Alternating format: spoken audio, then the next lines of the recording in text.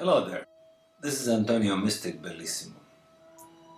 The last time I explained to you the cycles of life, how we go through these cycles of life where at some point everything becomes very turbulent.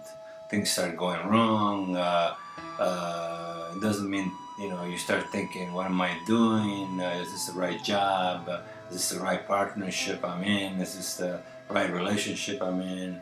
You start questioning yourself, what am I doing, why am I here, all this stuff. So, but there's other times where you may be thinking about, things that are just not working out in your life, and things seems very rocky and very shaky, and seems like you're just never gonna end. Well, I can tell you that I went through that period of my time, about my midlife, around 1972, I think it was, when for a year and a half I went through like hell and back a couple of times, if there was a hell. Let's see, we had 2 car accidents within a month. My father died suddenly, of a heart attack, boom. Just when I got to get to know who he really was, all of a sudden he just dropped it. That messed me up. Then my son, at 3 years old, had a convulsion in bed, almost died. Thank God the fire department get there quick. Let's see, I was having trouble with my business, I was having trouble with my marriage, and it just kept coming and coming and coming. I was thinking, what the heck is this happening? When is this going to end? It seemed like it never was going to end. I was depressed, I didn't know what to do, I was lost, I was going, oh my God, I wish I had known this. Then I wouldn't have freaked out, I would have resolved it, because it was just the universe, my guiding system, my God, my creator, that was trying to shake me up and saying, hey, there's something wrong here because you're not happy. You're not happy. So basically, when you go through the cycles of life and things start happening and you don't pay attention to them, then what happens? The universe just keeps throwing more stuff at you, because the universe, which comes from the creator up there, the source, God, the power, sends energy down to earth, to each one of us, like the people down there and the baby down below. We have a connection direct. So the universe is sending me message, because my universe is receiving my inner self, see, that's projecting up there that I'm not happy because I was not happy in my marriage. I was not happy with what my business was doing because it wasn't creative enough. I was stuck to something. I almost had to learn to become a crook to stay in business. And so I didn't like that. But at the same time, I didn't have the guts and the balls to get out of my marriage, to change things in my life, to make myself happy. So the universe just keeps dumping things, because the universe knew that I was supposed to go somewhere and do something else. But I didn't believe it, I didn't know it, because I didn't know it. So I just kept following my brain. See, my brain, that's the problem right there. Now you see, the brain is a very interesting thing, because the brain has many functions, and one of them is survival, which is good. Keeps us from, destroying ourselves intentionally, and also providing for ourselves to make sure we have food, shelter, and water. And for that, we do a lot of crazy things. I must say, crazy things. So basically, when the universe up there sends you a message, then the brain, right here, the brain. The universe sends a message, comes down to the body, to the heart chakra, right here. That's why I'm wearing green today. See, green is the sign of spring, and also the sign of the heart chakra, which is love. Nothing but love. The garden of love is in the heart.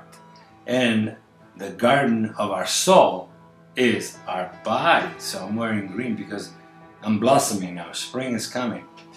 So basically, the universe, or your guide, the one that has the script for your life, the destiny that you're supposed to be and do, sending you messages. Now the brain, both sides of the brain, whatever it is, inside that brain there, that brain is a great thing,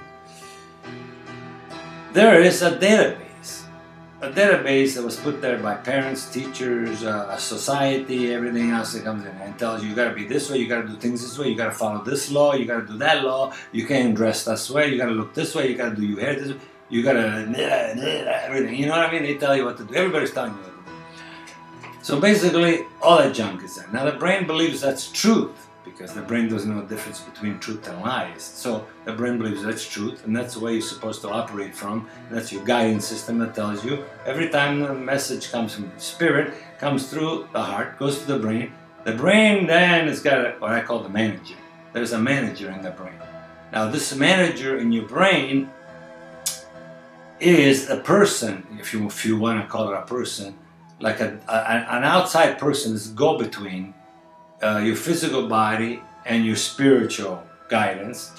And so this manager gets his training from the database that's in the brain, put there from the past.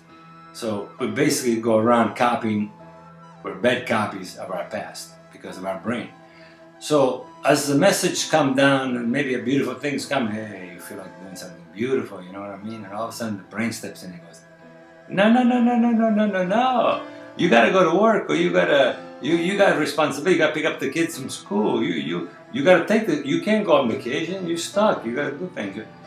So you go, oh man. So you stop. So then the brain keeps stopping you from doing things you really want to do because you're dedicated to doing the stuff you're committed to do because somebody told you have to do it this way. So you get a little crazy and confused, and then you get even more crazy and confused. That stuff becomes more turbulent. So basically, the turbulence is gonna keep going. Unless, someone stops, looks, and listens at the signs that are coming from up there. That usually come through messages like songs on the radio with words that mean something to you. Headlines on the newspaper, on the television, somebody says something, and all of a sudden it triggers something. Or somebody comes into your life and shakes you up, and you think, this person is crazy, I'm going to kill this person, I hate this person. But out of that anger, out of love, out of the dumps of love, comes the most beautiful creativity too. So everything comes for a good reason. You got to remember that too. So now in looking back, your brain has done what it's done. Your manager's done what it was trained to do. You're in a shithole right now and you want to get out of it. So the best thing to do is you stop, look and listen. You start going inwards and start to meditate, relax. Look at something like what do I really want? What is me? What will make me happy? And don't worry about anybody else, because if you're not happy, everybody around you is not happy. You're gonna make everybody else miserable, so you might as well just crawl in the hall, figure out who you are, look inside, who the hell are you? You're not the car you drive with a computer or all the fancy clothes, all the stuff around you, the knickknacks that decorate you, your house and all the things you have. So what's inside there? Inside this thing, in this carcass of a body, there's a soul, beautiful soul, that came here to do a beautiful thing, regardless if it's bad or good, by the way, because there's can't be good without bad and bad without good, and God knows that, and God is not going to punish somebody for doing bad because they're supposed to do bad. That's why laws and punishment don't work. We should get rid of them. So basically, if you get caught in that turbulence, sooner or later, usually lasts about a year and a half. Things will start smoothing down as you start to relax and accept more coming to you. Say, okay, God is sending this stuff, God is sending stuff. I know there's a good reason for it. God knows what God is doing. If God doesn't know, then I'm sorry, you're in trouble. So you believe all that, you start believing, and every day is going to be beautiful no matter what happens. Every day comes what comes from God. You accept it and you let it go through you, and then you forget about it. It's gone, Dad. You don't want to live that shit again. Only the beautiful stuff if you want to keep a few. Otherwise, just experiencing new things, because that's life. Moment to moment experience. One on top of the other, create a whole lifetime. Then one day you won't wake up and say, oh my God, I'm 80, now I can't do nothing. What am I going to do? I'm dying. Oh, gee. So, wake up. Smell the roses. Look at the outside. Look at the stars, the moon, the sky. Tonight is almost a full moon. I'm going crazy. So you better remember those dumps, the cycles of life are there for a reason to tell you wake up, and hope you get it, because otherwise you have to wait until next time I give you a new one. Good night and thank you and God bless. Peace and love to you and spread it around. And remember, it starts inside of you and it spreads like wildflowers. I love you. Ciao. Be well, healthy, wise, and what's the other one? Happy. That's right, happy. The happiest, happy, happy, happy, happy. Till next time. Antonio Mystic Bellissimo, a spiritual scientist at your service.